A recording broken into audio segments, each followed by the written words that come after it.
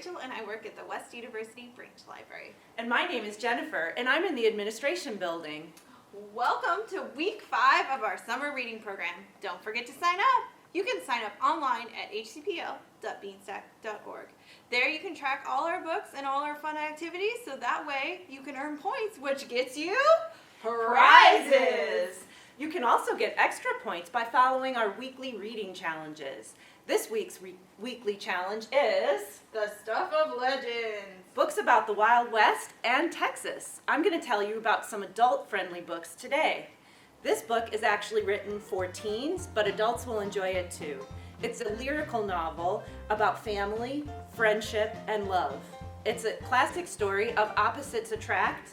It talks about truth and the value in our life of all different kinds of relationships. It's multiple award winning and by author Benjamin Sainz. We also have an amazing audiobook version of this that's narrated by Lin-Manuel Miranda. The next thing I wanted to tell you about is actually a play. We have an audiobook version of this play available on our Libby app. This book and play is by Sam Shepard, the famous Pulitzer Prize-winning actor and playwright. This story is about two brothers who fight for the role of the man of the family. It's a satire and a savage black humor play that's about romanticizing cowboys. This features riveting performances by one of the country's premier theater troupes, the LA Theater Works Company. Next, I wanted to tell you about a nonfiction book. This book is called God Save Texas. It's almost like a pop culture telling of all things Texas. It deals with oil, technology, low taxes, extraordinary growth, and it's a love letter to the state. It talks about architects, politicians, athletes, and writers, all in a funny pop culture style. And finally, I wanted to introduce you to a really cool graphic novel. This can be used for some teens, but it is graphic. It does have nudity and violence, so do be warned about that before you read it if you're sensitive to those things. But it is a fabulous story with magical realism married with Western brutality.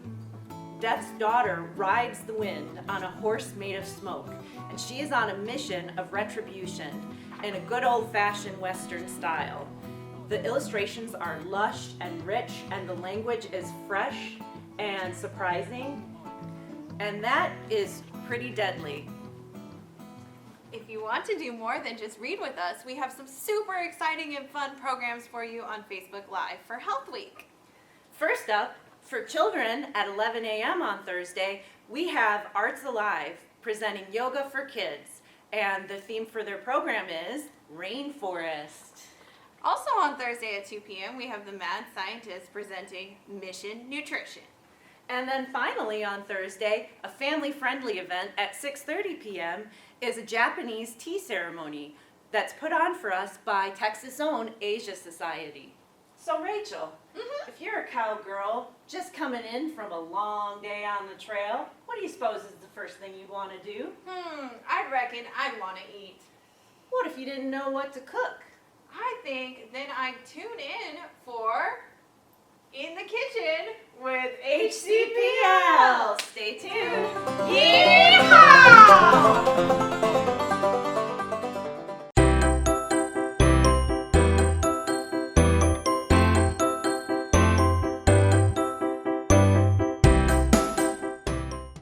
Hello everybody and welcome.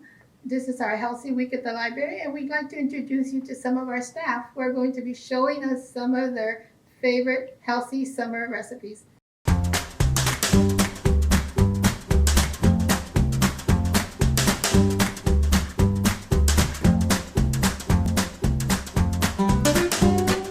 Our first guest today is Miss Rachel. Miss Rachel? Good morning. Welcome. How are you today? I'm great, and how are you? I'm great. It is a beautiful day today. It is. I am excited to share some of the recipes that we have. I am Rachel from the Tomball Library, and today I'm going to be making watermelon juice. All right, let's get started. Come on down.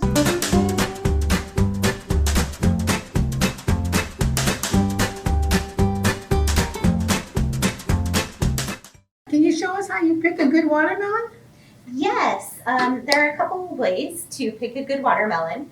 If you look across the bottom here, there is a spot where it's been laying out of the sun. It tends to be white if it's not quite ready yet. We have a nice yellow color. It can also be kind of an orange color. That's also a good choice. And then if you look over here, there's some webbing on the watermelon. The thicker the webbing is, the better this watermelon is. Okay, I see that. And then of course there's always the tried and true method of knocking on the watermelon.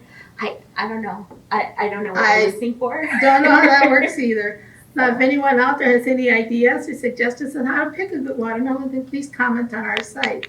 All right, now to get started. As I said, it's very simple. It's one of the reasons that I love this.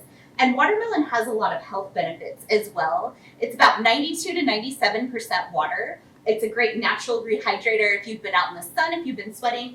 And then what's not water is a lot of good stuff for you. You have some antioxidants. That's what give you this red color here. Those are great for you. It's actually got a little bit of potassium in it and some vitamin C, of course. So this is just a great thing to have. And then for an added bonus, I like to put my watermelon in the refrigerator for a little bit so that what we're serving up is nice and cold when we get done with it. It's delicious that way. There are a variety of ingredients right here, and it's amazing to me that all of these come together to make this one simple That and looks great. very pretty drink. Yeah. So if you look over here, we just have a little bit of lime. There's some mint leaf over here, and of course our watermelon.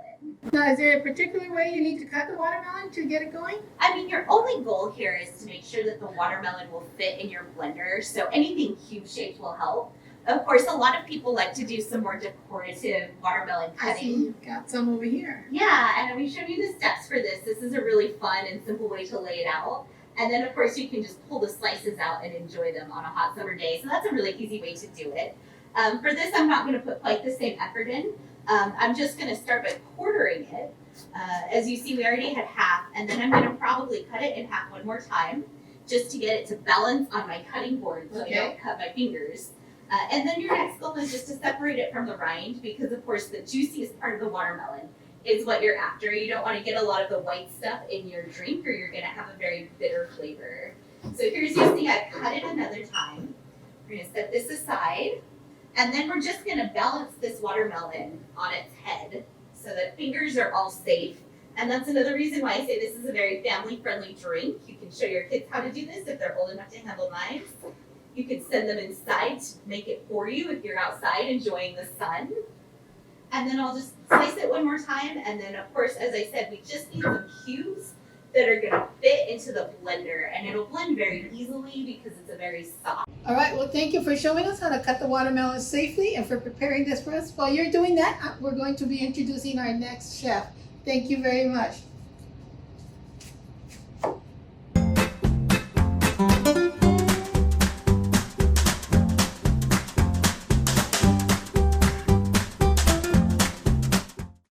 Hello, Anne. Thank you for joining us today. Hey, Maria, how are you? I'm great, and you? I'm doing great. Now, can you tell us what you're making today? Today we're going to be making insalata caprese. And I'm not even gonna try to pronounce that. You wanna just go ahead and show us what you're using? So what you need is a tomato, just a ripe tomato. This is a greenhouse tomato. You can use any tomato you want as long as it's big in size and nice and fresh. You want a fresh tomato. Don't use a Roma tomato because they're just too small for this. So the next ingredient you're going to need is some mozzarella. And you can purchase this locally in any grocery store. You also need some basil. I like to use fresh basil whenever possible. I did forage this from my neighbor's yard last night. And it smells amazing. It does. It smells just wonderful. Mm-hmm. And when you pick your basil, make sure that you get some basil that's you want it to be fresh. You don't want the leaves to be limp. You want them to be nice and fresh so that you can use them on the tomato. And then for your garnishes, you're going to use some balsamic glaze. And I prefer balsamic glaze over balsamic vinegar because it's thicker. Now at the store, you find that by the dressings? In the oil and vinegar aisle. Okay. And then to top it all off, you're going to use some sea salt and you're just going to garnish around it. All right then, well let's get started. Okay, first thing you're going to do is slice the tomatoes. And I start on the smaller side, and you're just gonna cut about 1/8 of an inch off of the end, and you don't need the end. Okay. So you can just put that over to the side. Your slices are gonna be basically about 1/8 of an inch thick, not too thin and not too thick.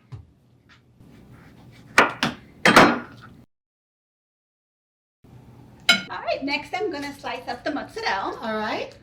And again, you want the slices to be similar to the thickness of your tomato. And I like to cut through. And I mean, this is not a very big piece, so we never throw away mozzarella. So.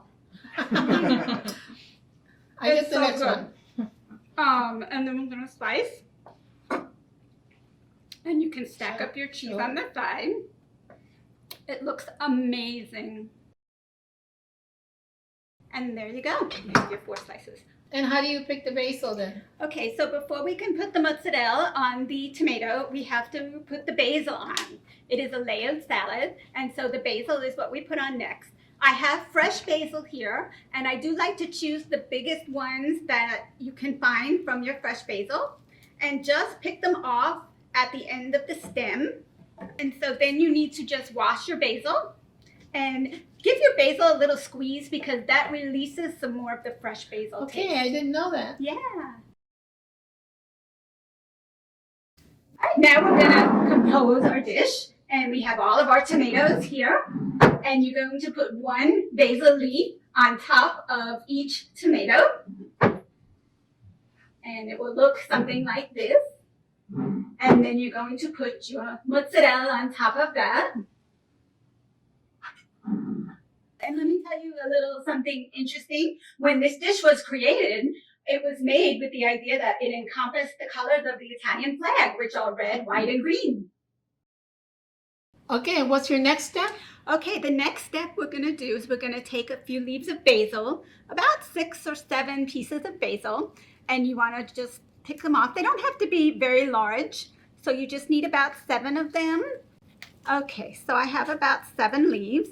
What you're gonna do is you're gonna roll them up. Then you're going to take your knife and you're just going to slice through all of them. This is known as chiffonade. And we're going to just slice all the way through. And you have all this lovely basil all cut up. And as you can see, it's all, just separate them all. Smells even better. Yeah, and then you just want to take your basil and you just want to sprinkle it on the top of your mozzarella. The more the better, as far as I'm concerned. Our next step is to drizzle our balsamic glaze on top of our dish. And remember, I said I like to use balsamic glaze because it's thicker and it's a lot creamier than a regular balsamic vinegar.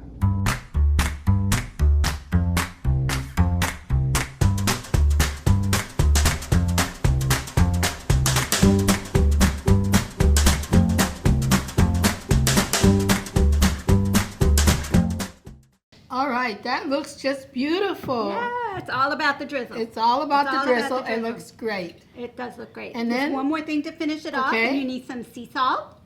And you just put a bit of sea salt on the top of that. And there you have it. Your dish is complete. I guarantee you're gonna love it. It looks great. It's yummy. Thank you, Anne. And next we have Lloyd.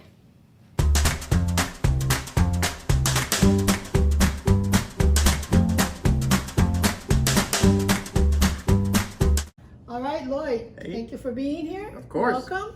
And can you tell us what you're going to be doing for us today? Sure, so we're going to go with a very simple shrimp scampi. The idea is healthy and simple. We're going to keep with those themes, but we also wanted to take you maybe to the Mediterranean coast where we've been with the Caprese and other things. So before we begin, let's go ahead and talk a little bit about our ingredients. So starting off, you may notice frozen shrimp. That's okay. That's what we're going to use for simplicity here.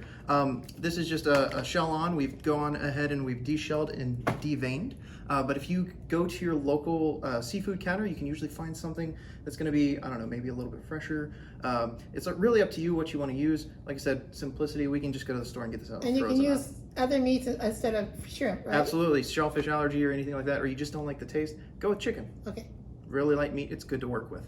Beyond that, another change that you might see from normal scampi, we are using a chicken stock. Okay. Right, so the chicken broth here is going to be what we use to deglaze and add a little bit of flavor.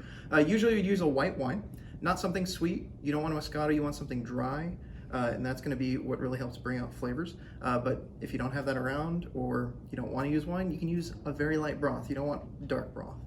We've also got some pasta here. So this is a simple linguine. That's usually the standard that you'll probably see. But you can use spaghetti, you can use anything. Basically anything you have on hand. Pretty much. Okay. Ramen, maybe, I don't know. Beyond that, we also have a few other things. Fresh garlic, which we're gonna use, butter for our fat, we have lemon for some acid, and we're gonna top it all off here with some fresh parsley that we've chopped as well. So why don't we go ahead and show you how it's done. Let's do it. All right. We're gonna start with the shrimp, and we're gonna do a real quick sear. We wanna give it some color. Now this isn't gonna take too long. I've got this on a medium-low heat. Okay.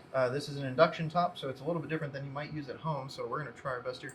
I've just got some simple olive oil here. We're gonna put about a tablespoon in, not too much. We're gonna let that get hot. And as that happens, I'm gonna throw in our shrimp. Now, if you would, could you hand me the salt and pepper from there? We're gonna season this as we go. There you go. All right, so real quick, find the salt. We'll do the same for the pepper here. Now with these, they're already a little pink. If you get a different type of shrimp, just look for that color change. And there's also gonna be the way that it looks on the bottom here. So we are getting it a nice fry. There's gonna be a nice color change on the bottom. But this is gonna be the first step. Now the reason we're doing this is we don't wanna cook this with the rest of it for too long. We want to just do a quick sear on these. Is that enough for you now? Yep, that should be good. All right. There. All right, so we're gonna set these to the side. All right, so with our pan here, I'm gonna bring it down a little bit because this one does get hot. But what I'm gonna do next is I'm gonna start with our aromatics. So we're gonna use fresh garlic here. Now we've got some oil in the pan. I don't really need too much more. I'm gonna add a little bit of butter though. And we're gonna add that with the oil so that hopefully it doesn't brown too much. Because a hot pan and butter means brown butter. Just like a tablespoon maybe? Just a tablespoon, really good taste. So we're going to bring that up. Removing it from the heat here allows this to just use the residual heat from the pan to reduce. That's nice. Okay. That's a good smell too. It is nice. All right, next, some fresh garlic. And this is going to be our aromatic here. It's going to bring out a lot of good smells. Wow. All right, now with this one, tap the rest in with your knife.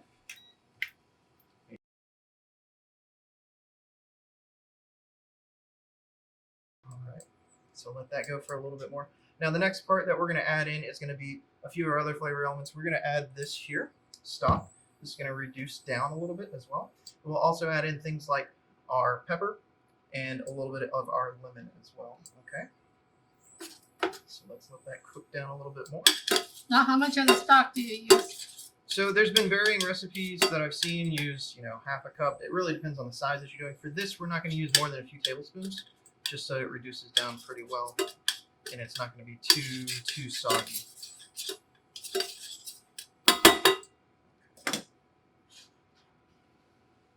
All right, so here we go. Just a few tablespoons. There we go. And we're going to let that simmer up a little bit. So we want that to reduce just a smidge. At the same time, add a little bit of red pepper flake here. It's going to add color as well as heat. And like I said, you could use other peppers if you'd like. Okay, so let's go ahead and add some lemon now. I've got just a little bit of lemon here. This is going to be the acid. We've already got salt in with butter.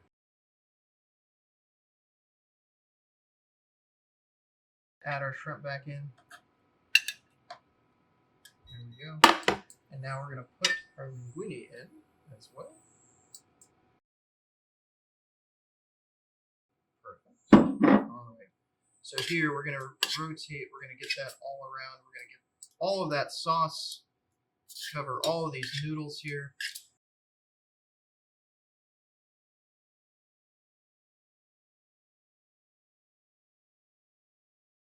Now the last thing here, just a little bit of garnish. We got the fresh parsley for color, and we're going to go ahead and just top this off.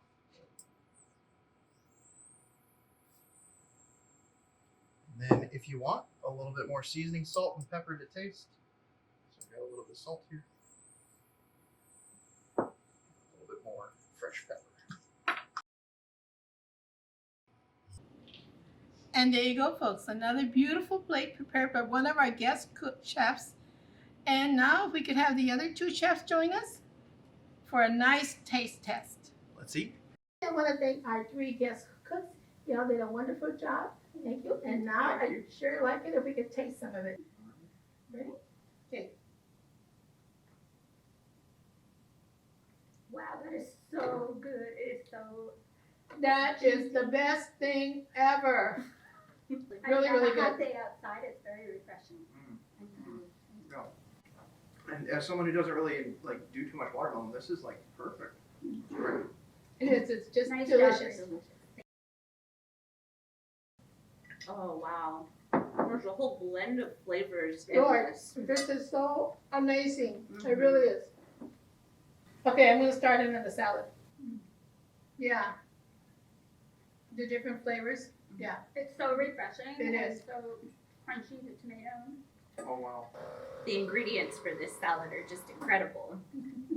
Sweet, mild. I think this is the perfect summer meal. It is. It really is. All right, folks. I want to thank you again for joining us to get these recipes and others. Look on our website. Check out Flipster for magazines and recipes. Check on Overdrive for cookbooks. And you'll find wonderful recipes just like this. Cheers and stay healthy. To your health. Bye, folks.